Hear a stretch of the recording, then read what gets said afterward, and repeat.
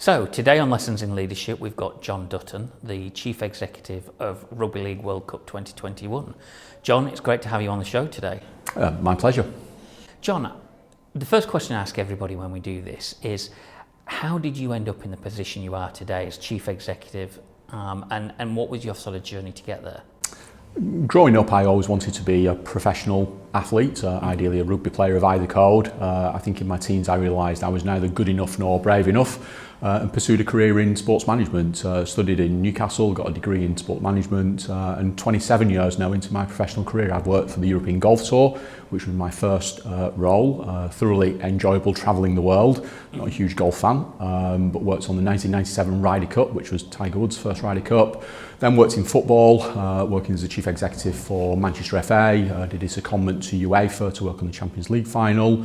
After that, spent a few years working for myself with a company that we developed, working on all sorts of interesting projects, and then the last 12 years in rugby league. Just to be head of that, I did a secondment on the Tour de France, the Grand Départ, when it was here. I had the quite crazy title of Director of Readiness. That was just a fascinating project. But the last 12 years, this is my third Rugby League World Cup, 2013 as Operations Director, 2017 as Tournament Commissioner, and now Chief Executive. Fabulous, and what an interesting journey.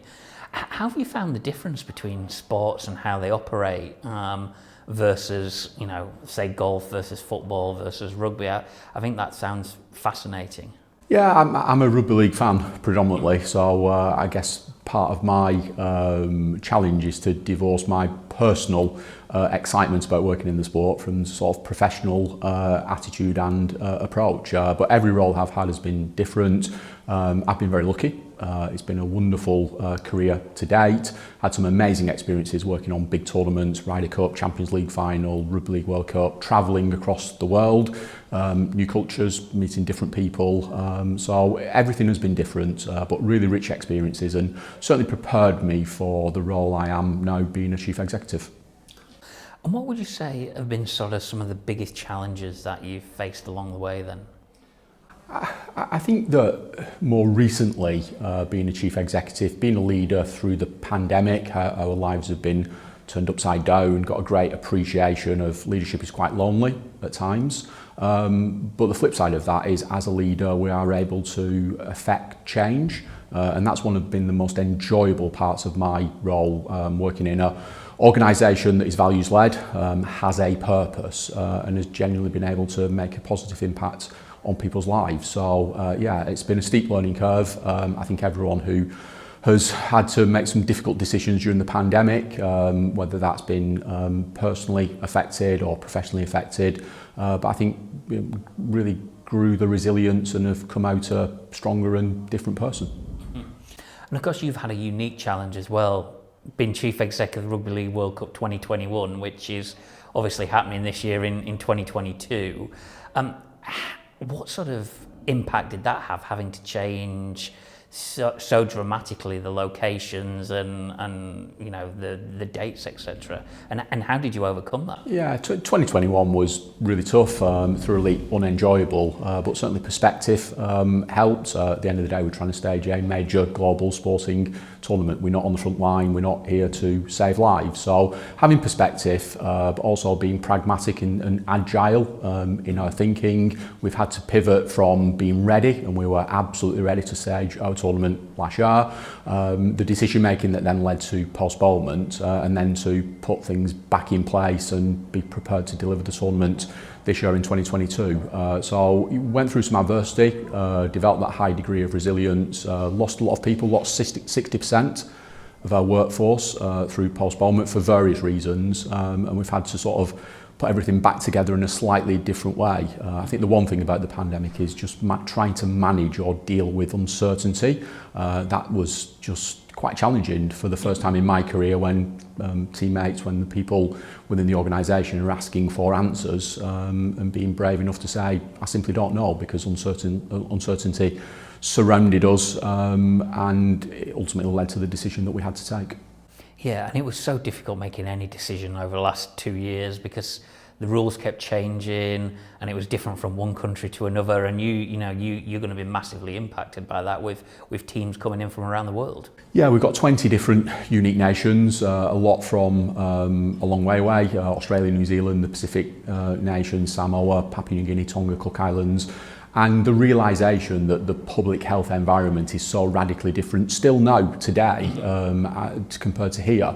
So we've had to work through the understanding of not just the public health environment here in the UK and what that might be like in 2, 3, 4, 5, 6 months, but also much further afield, dealing with some people that are volunteers, dealing with some people that are in a highly professional environment, and a mixture of everything else in between. So it's been a tough period, but we're now prepared to stage the biggest and best ever Rugby League World Cup that there ever has been, the most inclusive tournament. We're running 3 tournaments together, all on the same platform, the first time that's ever been done. And to put it quite simply, Paul, this is the biggest tournament the sport has staged in its 127-year history.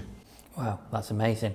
And that leads me nicely into my next question of, you've got all this diversity and inclusion. How have you gone about doing that and bringing it all together at the same time? Because traditionally, when you host a tournament anywhere in the world, it's kind of separated a little bit. Yeah, if we go right back to the start, 2015 was the ideation, going into government to talk about support that they have given us, then to win a bid, and then to develop what essentially is a special purpose vehicle. We have a start, we have a middle, and we have an end. So every morning when I wake up, I'm thinking about one thing, and that's been it's a mixture of everything. It's really dominated my life for the last 7 years that I've been working on this project. So at the start, it was to have a value set. We have 4 values. We are values led. We have a purpose, and the purpose is as much what happens off the field of play as what happens on it. So we've got a big social impact program, big commitment to social mobility.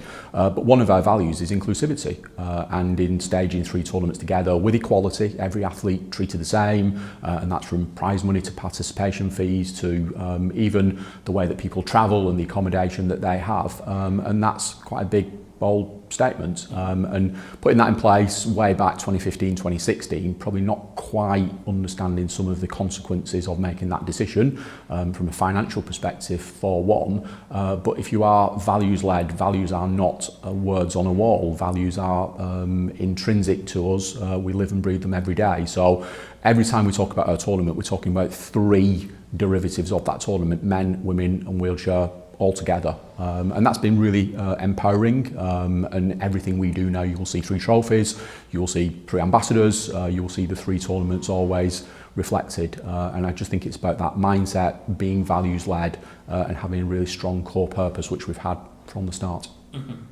And for those that are not perhaps rugby fans, or even for those that are, what would you say people have got to look forward to at this year's World Cup? Yeah, we already know that a lot of our ticket buying has been from non-traditional, non-core fans, and we want people to come along and have just a great experience, be together with family and friends, sharing the atmosphere of watching nations go head to head and see that inclusive approach. If we take the wheelchair tournament, wheelchair rugby league, people say, when I say, have you seen wheelchair rugby league? And people say, yes, I have seen it. And what they've actually seen is the Paralympic version. The wheelchair rugby league version is completely inclusive. Men and women, disabled and non-disabled athletes together. So no barriers to participation. And we're going to put that into big venues, hopefully with full audiences, and I think people then will really marvel at the athleticism, the skill, the dexterity of the athletes, and we think that's something to celebrate on a global scale. I talk very much about a celebration of humanity, bringing people together. We have a purpose of delivering 61 games in 21 venues, all projected to a global audience, but it's just about bringing people together and giving them a really positive experience and hopefully creating some memories. Mm-hmm. No, definitely. So we've talked there a lot about COVID and the impact that it's had on you and your organisation and the teams, etc., that are going to be represented. What's kept you going through these sort of tough periods, and how have you managed yourself through this pandemic? I think we talked earlier about pragmatism. I talk about 3 P's, so pragmatism, perspective, and also prioritisation, and that's something that over the last few months has really been front of mind. Also the ability to be agile. I'm a planner. I like to have plans. I like things to fit simply on one page. And of course, at times we've had to pivot direction and change those. But that agile approach, I think also just developing resilience. We've had to make some really tough decisions. Athletes who've been preparing their whole careers potentially to come and play in the tournament last year, appreciating they'd have another year to wait. They might get injured, they might get ill, all of those things, and that impact it has directly on people's lives is to get a really great understanding of that. But I think more than anything, Paul, just having a sense of perspective, not taking things too seriously, but also to make every day count in a special purpose vehicle that has a start, has a middle, and ultimately has an end. So when the trophies are lifted and the fireworks go off in November, our job is complete and we hand over the baton to the people that come after us. That sort of respecting time. Time is such a precious commodity, and having respect for time has also been really front of mind. And I guess as part of your role, you've had to show a lot of compassionate leadership with the things you've dealt with over the last couple of years. How have you gone about doing that? I think by probably being a better communicator. I think when we look at working from home, when we look at the situation we were in, surrounded by uncertainty, which led to anxiety, just being a really good communicator. It's quite interesting that some of the feedback was that we over communicated. We told people everything as it was, and some people found that quite hard to take in, particularly with a very young workforce. We set up what we called an Innovation Academy at the start of this process, which was giving people their first career opportunity. So we've had a lot of young people, some have moved away from home, been away from the families, been locked away through the pandemic, been surrounded by uncertainty. So being able to show empathy, compassion, but fundamentally being a good communicator, I hope has led to some better outcomes for people. Mm-hmm. And how have you evaluated yourself as a leader over recent times? I think formally through our board evaluation. I've got a wonderful board, wonderful chair. Certainly the challenge is there, but also the support mechanism. And we brought in independent evaluators to look at the evaluation of the board and my role as chief executive. I think also a lot through peer-to-peer discussion. I've surrounded myself with people that are doing a similar job to me across the world, that I've been able to test myself, challenge myself, but also just communicate. And everyone has the same sort of different challenges, and it's been great to have that level of communication. And also I have my own, what I would call board of directors that I would evaluate, so some family, some trusted people that I've been able to have those checking points. And I say to my team, my senior leadership team, we've got to look out for each other and we've got to look after each other. And I think the same goes for myself. I've got myself probably a bit more fitter than ever before, respecting my age, did the Manchester Marathon a couple of weeks ago and thoroughly enjoyed that. And finding the time for me just running quite slowly, I have to say, has given me that really positive mindset. So just having that distraction, taking some time that you can think. So I guess all of that and above, and we're constantly learning. I haven't got all the answers. I have a huge, unquenchable thirst to learn, and I found that really positive in a world that is changing in front of our eyes every day that we wake up. I think I agree. I mean, learning is so important, isn't it? And, you know, if you're not learning, you're probably standing still and other people are learning and moving past you. So you've got to be at the forefront of that to stay competitive. And contemporary. I think if we go back in the industry that I work in, the sports industry, before the pandemic, the way that people consumed digital broadcast, attended events was changing. And I think the pandemic has supercharged some of that change, and we now live in a ever evolving world. People are making different decisions, whether that's based on ethical decision making. I think we're now just about starting to see people's disposable income and all the challenges that people have over energy cost, etc. That will begin to bite and will give people more decisions that we'll need to make over the disposable income. So that and much more, we live in a world surrounded by uncertainty. Even though the pandemic has dissipated slightly, COVID hasn't gone away. There's a war in Europe for the first time in so many years. So all of that and how that then has impacted us individually, but also corporately. I think that learning and having contemporary knowledge has never really left me, and I just love learning from other people. No, I think it's one of the best ways that we as leaders can improve ourselves, to look at others and find that best practice.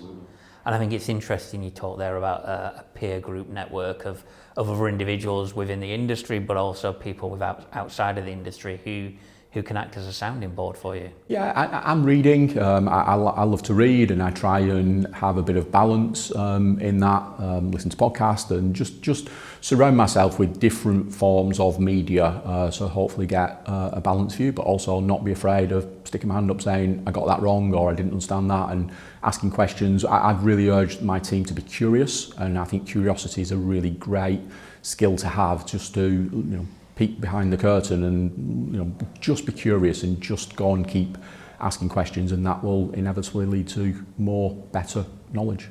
Yeah, absolutely. And I always tell my team, don't be afraid to ask stupid questions, because if you don't, I probably will. And I often run ideas past my wife and past some of my friends who I respect quite closely as well, because it's great to get their input on ideas, because they may have a completely different perspective and a completely different lens that they're looking at it through, and actually it makes you think differently. Absolutely, in surrounding ourselves with diverse thinkers. We're all different people. I think with us having a plan, having a timescale as well, we've now got a clock in the office that you can watch a few seconds of your life tick away, which I'm not a huge fan of, but having that, it really does focus. One of the things that we did this year is we took our board away with our senior leadership team in January. We just revised our strategy, which was 5 years old, looked at our corporate goals, etc. But most importantly, put in place what we've called a success roadmap. It all fits on one page, and now we're challenging ourselves. If we're going to do something, if it's not on the success roadmap, we're not going to do it. And there was a few guiding principles in that, Paul, about having something that was simple, that was clear, and that's led to focus and ultimately the direction that the organisation needs with all the upheaval that we've been through. So I'm a great fan of plans on one page. I'm a great fan of simplicity, and I'm also a great fan of being insight-led. We will be asked to do many things. Let's go back to the objectives. Let's have a look at what the insight says, and that will hopefully help us get to the right place.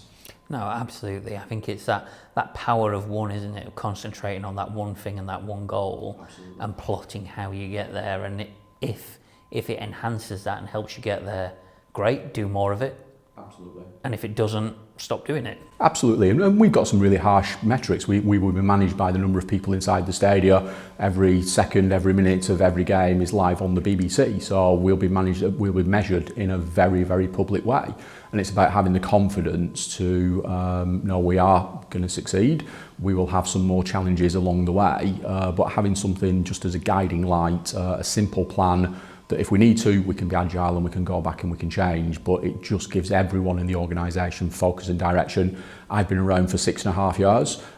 Just today, someone else has started in the organisation. Next week, another few people start in the organisation. So it's the balance in the corporate knowledge that I and some of my teammates have with that sort of just newness, but also ambition that people bring into the organisation. And if you can get the right blend, then hopefully that can help us succeed. How do you know when your leadership style is becoming less effective, and what can you do personally to identify that and to act upon it? I think some of the things we've already talked about, Paul, the board evaluation, some of the formal things, having objectives, being measured against those. I have developed a relationship with my chair. We do a lot of things by going for a walk, having a conversation, but it always is outcome-led. And I think that will be an early indicator of not getting things right.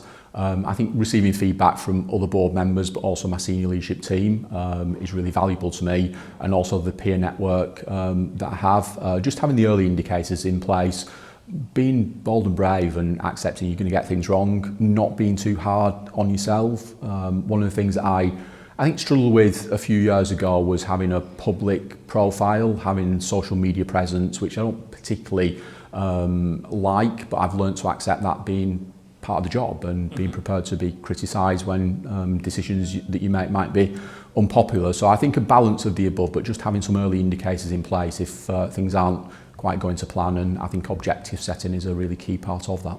Yeah, and you've got to have failures along the way as well to be able to learn from them. Absolutely. In the early days, we talked a lot about fast failure. That's become a little less relevant as time has become more important to us. But we will get things wrong every day, and just not being too hard on yourself, accepting that. And I think most importantly, where we do get things wrong, learning and making sure the same mistake doesn't happen again. And that's been a bit of a challenge with a team that has evolved so much.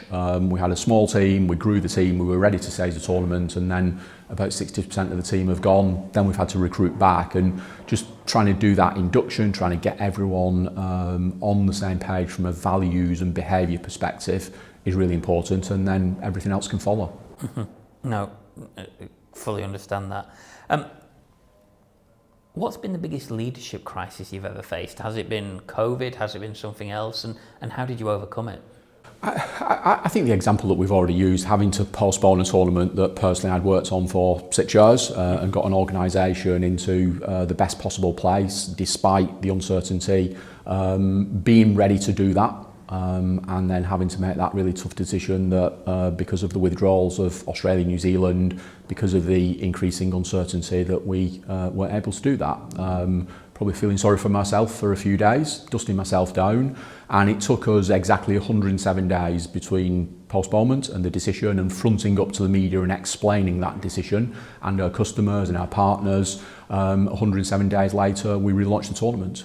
We had 21 venues all set. We had a schedule avoiding the FIFA World Cup in Qatar already. We consulted with the broadcasters and all of our different partners, and we were ready to go with confidence. So a small element of feeling sorry for ourselves, the adversity that we came through, but also some of the things that we've already explored, Paul. Just having that perspective, reminding yourselves that in my world this is really, really important. In the big wide world it's less important. So doing the right thing, never ever forgetting our values and our purpose of what we're here to do. That certainly helped get me through, and being surrounded by really talented people as well was a huge positive.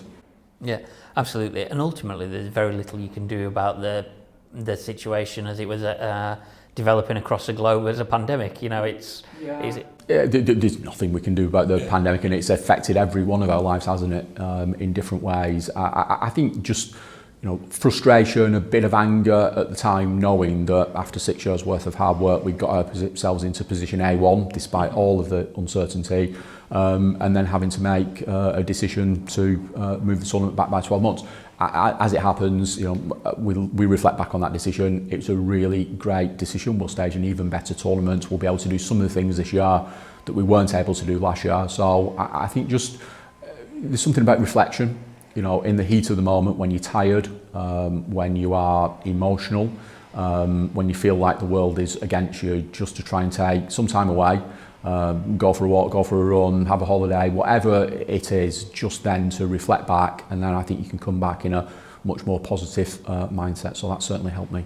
Absolutely. Who would you say are the leaders you admire most? This could be historical, it could be current, it could be someone you've worked with, but who do you admire the most and why? I think probably the people I admire the most are contemporary people. We use Winston Churchill's quote of never let a good crisis, every crisis has a good opportunity, and we certainly use those words. But two people I'd pick out, well, one is Kevin Sinfield, rugby league player who is the most humble person I've ever met. His friend Rob Burrow has MMD, which is just a terrible disease. And Kevin has fundraised on behalf of the charity, but he's done it for his friend, and he's done incredible feats of human endeavour. And yet he's the most humble individual I've ever met. He was a world-class rugby league player, every honour domestically that he could. He captained England in the 2013 Rugby League World Cup. His son made his debut for Leeds at the weekend, and he's just someone I think I hugely admire, his humility. And I don't know him, but Jurgen Klopp and what he's done at Liverpool, he just strikes me as a fantastic leader, someone that is engaging, gets the very best out of people, and always does it with a smile on his face. Mm-hmm. Yeah, I've got a lot of friends who are Leeds Rugby League fans, and they've been telling me about the work Kevin's been doing. It does sound fantastic, the work he's done there. Yeah, just I think humility is a wonderful value, and he's done it so humbly for his friend who's got this debilitating illness, I was privileged to go and run with him for only a few miles when he did his last 24-hour challenge, and to put yourself through that and your body through that, but his words back would be, well, my friend is going through much worse than me, and I just think that compassion, empathy, and yet he's someone who's played the toughest game in the world, so it's just a mixture of all of those which really makes him stand out for me. What do you think is the most overrated leadership quality? And the reason I ask this, obviously working in executive search and board search, we get asked some weird and wacky things about what organisations are looking for in candidates, and it's always got me to think, what's the dark side? What's overrated, and how do we avoid making mistakes by hiring the wrong type of person? Yeah, it's a really good. I think it's a really tough question. I think that knowledge, we talked about contemporary knowledge, industry knowledge, but I don't think a leader needs to know everything.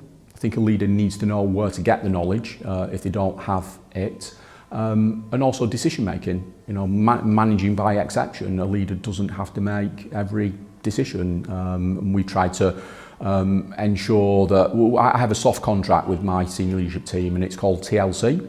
Trust, loyalty, and the C stands for one of the words we've already mentioned, curiosity, but also collectivity and challenge. And I think if you can get the right balance of that, you don't need to know everything, you don't need to make every decision, but you're surrounding yourselves with diverse thinkers that can help with that. But it's a really interesting question. Mm-hmm. And I think it's interesting that you pick up there that you can't make every decision and you can't know everything. Ultimately, I think my wife might say that I often do know everything, very sarcastically, she may well add at the same point, but ultimately you've just got to know where to go for the answer, haven't you? Yeah, and I also think something that through the adversity we've been through, I've reflected on my own leadership is about active listening. I would have said a couple of years ago, I'm a really good listener, and probably I wasn't, and it's probably to be an active listener is a skill in itself. So I think if you can blend having really talented, diverse thinkers, appreciating that whilst you are the leader, and leadership most definitely can feel lonely, that if you surround yourself with the right people, you don't have to make every decision, you don't have to know everything, because you've got people in the team that are able to do that. And also, as a leader, be prepared and accept challenge. And I love it when someone comes to me and says, I'm not sure we're heading in the right direction, we can have a conversation. I like then to go and reflect, but also to keep things moving along. I would describe myself as a complex problem solver, but the active listening part was probably missing a few years ago, and now I think I'm much better at that. And it's so difficult to do as well. I remember one of my first bosses, he said to me, Paul, always remember you've got 2 ears and 1 mouth, and use them in that order. Yeah, absolutely, and I think, Paul, working with the board as well. We've got a board that has a great, diverse skill set, and also have some people who are nominated by the organisations because of our funding cocktail. But I guess maybe 2, 3, 4 years ago, I would dive in, try and solve the problem, and now hopefully I'm much better at being able to take that step back, listen to them. You don't always have to agree with people, but listen to people, and then I think ultimately you get to a better solution. So active with a capital A listening is, I think, definitely a desired skill. Definitely. Well, Jon, we're coming towards the end now, but there's one question I always ask everybody at the end of these interviews, and that is, what would you have asked of yourself if you were the interviewer? Perhaps, do you believe in imposter syndrome? Because it's something that I reflect on some of the situations I've been in over the past few years. I've had a wonderfully enjoyable and fortunate career, and sometimes I do find myself thinking, gosh, how have I got here? Am I the right person in the right role at the right time? And certainly when you either sat in front of media, when you're doing things that are difficult. We've been to Buckingham Palace, we did our draws at Buckingham Palace, Prince Harry's last ever public engagement.